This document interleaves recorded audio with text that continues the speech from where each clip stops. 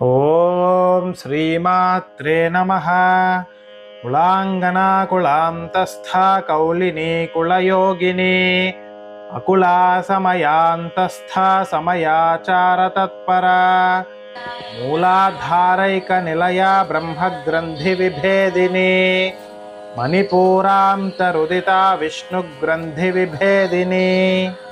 మనం విన్న ఈ శ్లోకాల యొక్క తాత్పర్యం ఏమిటంటే, లలితా పరమేశ్వరి అమ్మవారు కులవంశానికి చెందిన పూజ్యురాలైన ఒక స్త్రీ స్వరూపం.